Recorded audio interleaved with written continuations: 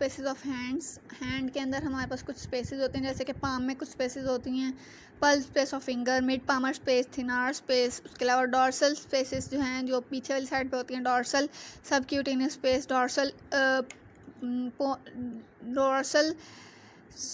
सुबैपोन्यूरोटिक space. इसके अलावा forearm की स्पेस होती है, फोर आर्म स्पेस ऑफ पेरोना।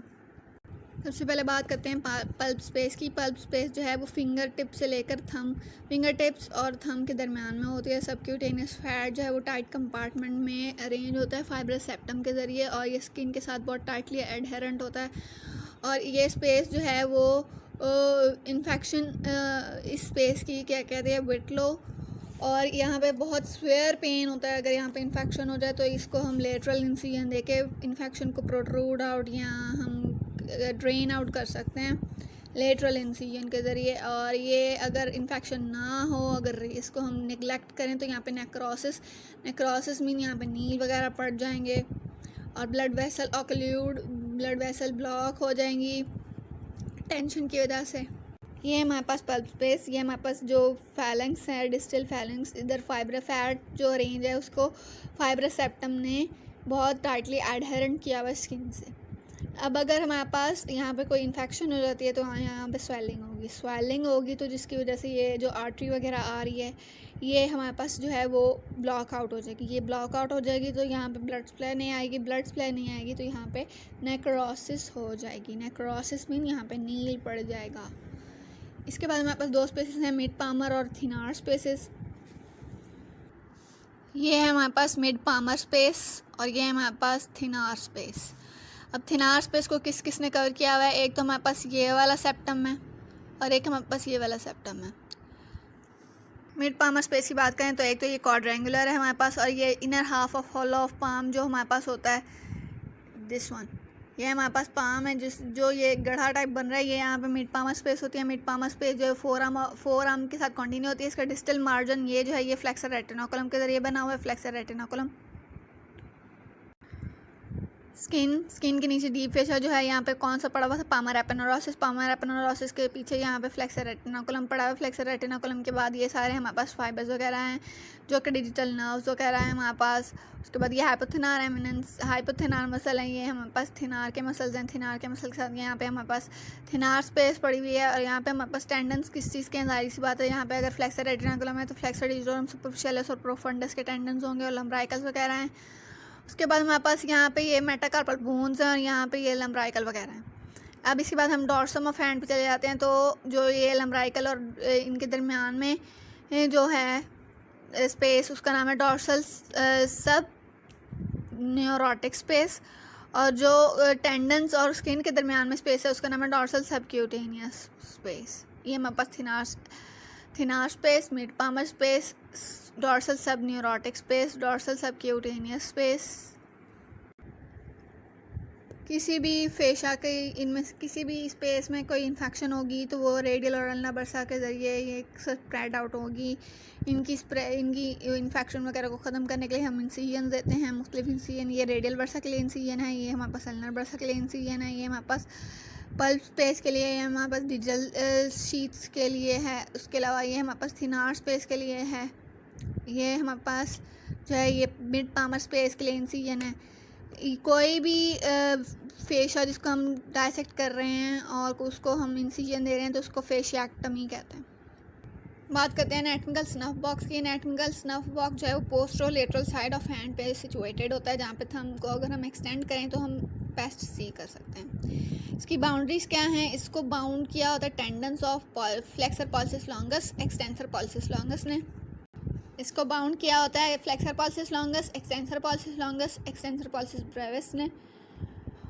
और हमारे पास फ्लेक्सर नहीं, यहाँ पे एब्डक्टर पॉल्सिस लॉन्गस का एक टेंडन है हमारे पास एक्सटेंसर पॉल्सिस ब्रेविस का, एक टेंडन है हमारे पास एक्सटेंसर पॉल्सिस लॉन्गस का। इन तीनों के दरमियान में से यहाँ से ये पैसेज वे बन जाता है। फ्लोर जो है फॉर्म होता है वो ट्रेपीजियम से, और बेस ऑफ फर्स्ट मेटाकार्पल, यहाँ पे फर्स्ट मेटाकार्पल है उसकी बेस से यहाँ पे ट्रेपीजियम बोन है, उससे हमारे पास बनेगा इसका फ्लोर। कंटेंट्स क्या क्या हैं इसके? कंटेंट्स है हमारे पास रेडियल आर्टरी जो कि डीप होती है। इसके अलावा हमारे पास superficial branch of radial nerve और सेफेलिक वेन जो कि सुपरफिशियल हैं।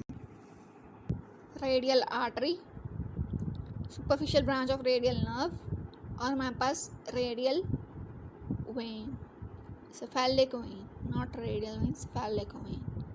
एक्सटेंसर रेटिनाकुलम की बात करें तो हम डॉर्सम ऑफ हैंड पे ले जाते हैं। वहाँ पे रिस्ट पे डीप फेशिया की थिकनिंग को एक्सटेंसर रेटिनाकुलम कहते हैं। वो एक ऑब्लिक बैंड है जो कि 2 सेंटीमीटर ब्रॉड होता है वर्टिकली।